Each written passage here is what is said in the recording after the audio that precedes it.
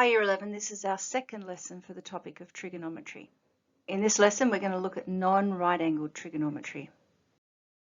Here's our lesson outline. We're going to cover the sine rule, the ambiguous case, the cosine rule, and area of a triangle. So for triangles that are not right-angled, there are three formulas that we need to learn. There's the sine rule, the cosine rule, and the area of a triangle.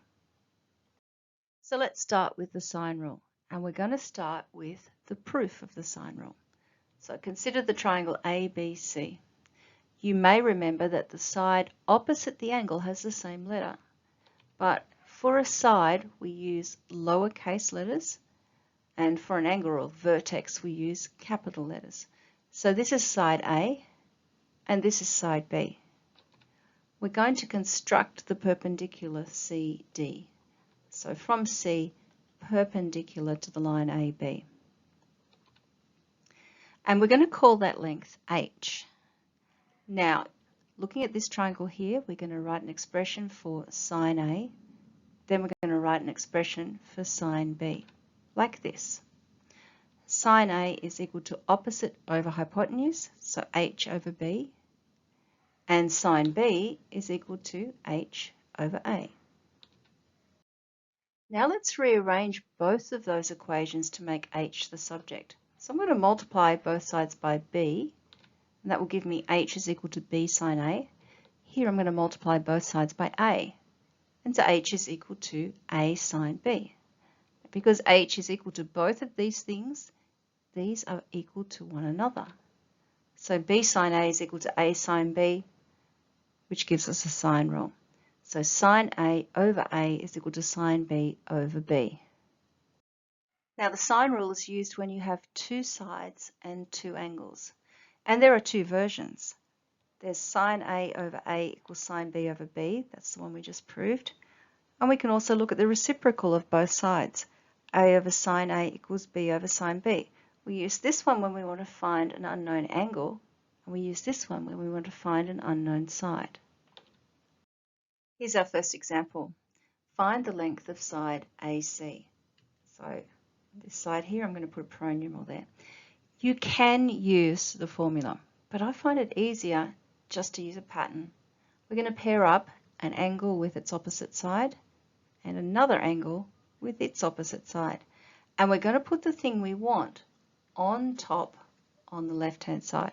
So I'm going to go x over sine 65.3 is equal to 4.8 over sine 44.3, like this. Okay, that's our first line of our sine rule. Now I'm going to take this sine 65.3 and move it up over the other side. So I'm multiplying both sides by sine 65.3. So x is equal to 4.8 times sine 65.3 over sine 44.3. And in the calculator, that gives me 6.24 centimeters. Well, what if the sides and the opposite angles don't match up? Here we've got the same triangle, but this time they want us to find the length of BC. We can see we've got one pair. The 44.3 matches with this 4.8, but opposite here is nothing. So what we're going to do is firstly work out this angle here, and then it will match with the x. Well, that's just 180 take away 44.3 take away 65.3, which is 70.4. So now we know that this is 70.4. We can work out the length of x. I'm going to start with the thing that I want, which is x over sine 70.4 is equal to 4.8 over sine 44.3. Again, let's take this here, up and over, and multiply it. And so x is equal to 4.8 sine 70.4 all over sine 44.3. In the calculator, we get 6.47 centimeters. Now we can also use the sine rule to find an unknown angle. Here's an example. Find the size of angle ACB. So ACB. So this angle here. So let's use a pronumeral. let's use theta. Again, we're going to pair up an angle with its opposite side, like this. But this time we're going to start with the angle, because that's the thing we want. So we're going to do sine theta over 4.8 is equal to sine 39.2 over 5.9. We're going to times both sides by 4.8. So sine theta is equal to 4.8 times sine 39.2 all over 5.9. Now, we have one extra step with this because we want to get theta by itself. We need to take this sine over the other side. When it goes over the other side, it becomes inverse sine. So on your calculator, you need to do shift sine. This part here is that.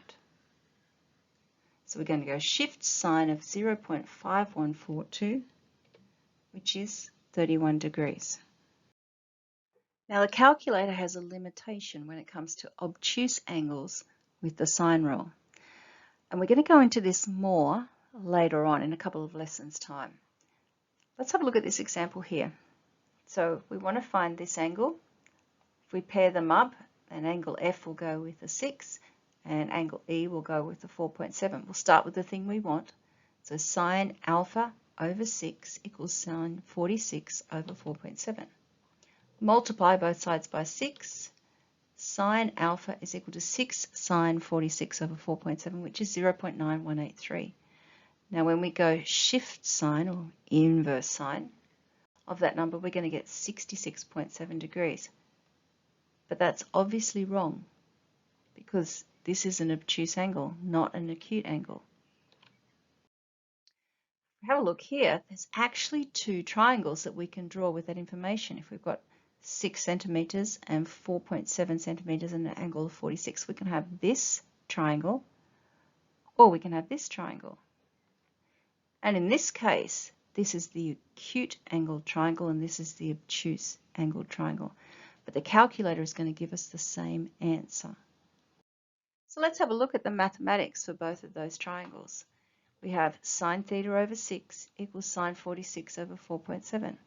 Multiply both sides by 6. Sine theta is equal to 6 sine 46 over 4.7. Inverse sine of that answer gives us 66.7 degrees, which is obviously true for this triangle. Same mathematics, can you see that? Same steps.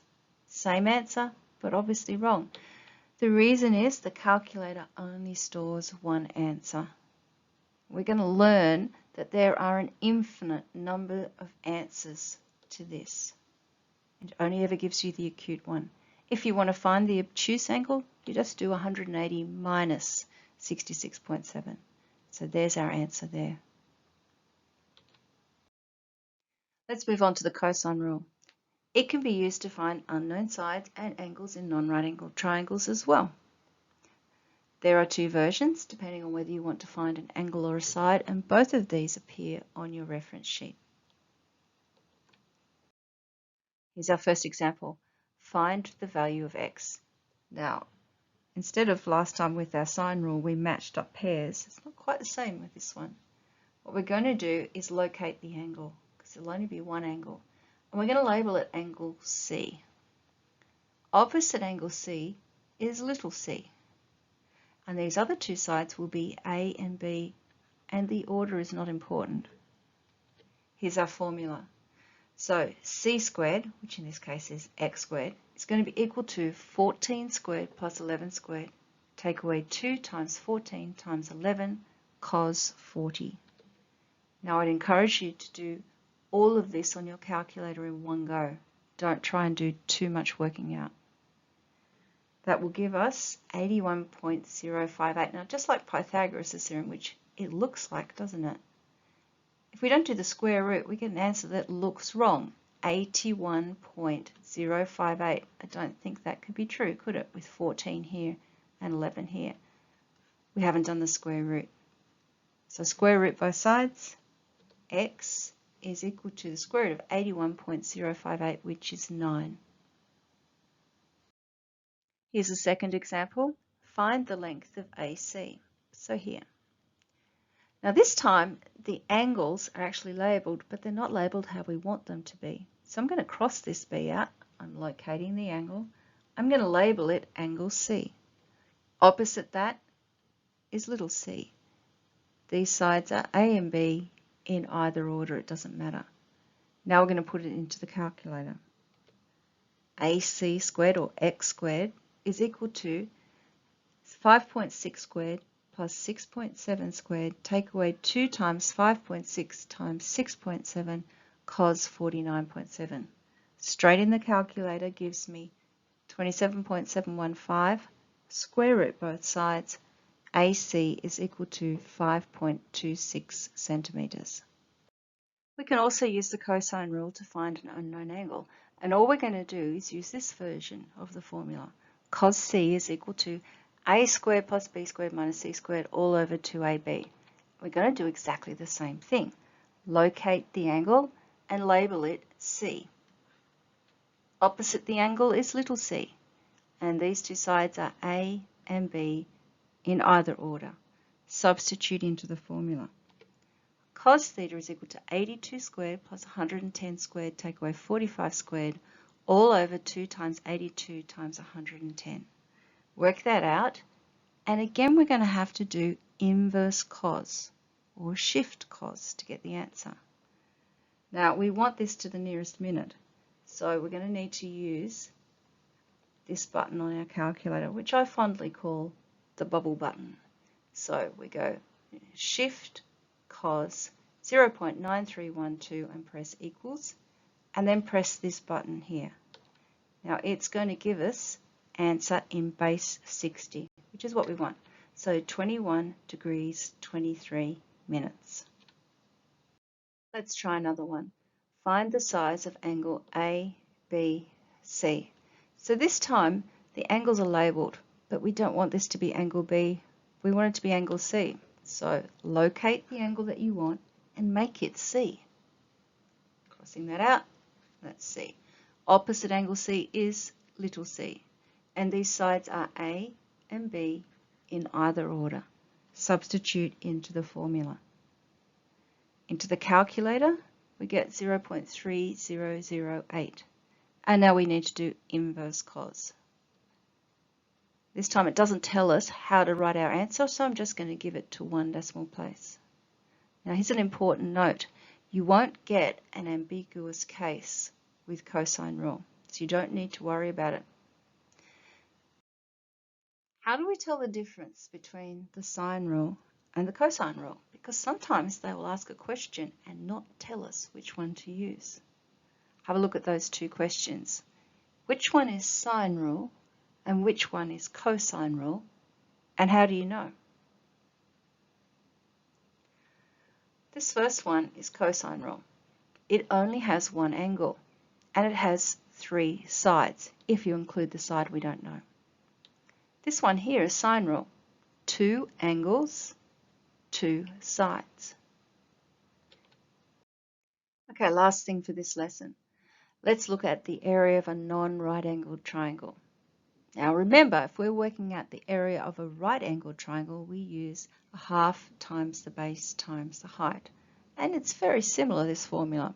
It's almost like a half times the base times the height and an extra bit. But again, this formula is given for you on your reference sheet. Now I've got a bit of a challenge for you. I want you to try and prove the area of a non-right-angled triangle. It's very similar to the proof for the sine rule. Here's our triangle. I've constructed the perpendicular and the length is h. So what I want you to do is write an expression using right-angled trig or SOHCAHTOA for sine C involving h. Then I want you to look at the area of this triangle, which is a half times base times height. And then just by substituting in, almost like simultaneous equations, you should be able to arrive at this formula. Here's an example. Find the area of the triangle. So we're going to use our formula, and we're going to locate angle C just like we do with the cosine rule.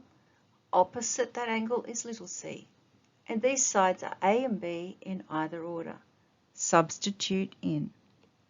half times 7.91 times 7.56 times sine 50.7. Enter the calculator gives us 23.1 centimeters squared because it's an area. Now here's the thing. The area of a triangle would also have an ambiguous case because it involves sine. So if you were given the area and asked to find the angle, you need to take note of whether the angle is acute or obtuse and adjust accordingly. All right, that's it for this lesson. In our next lesson, we're going to look at radians.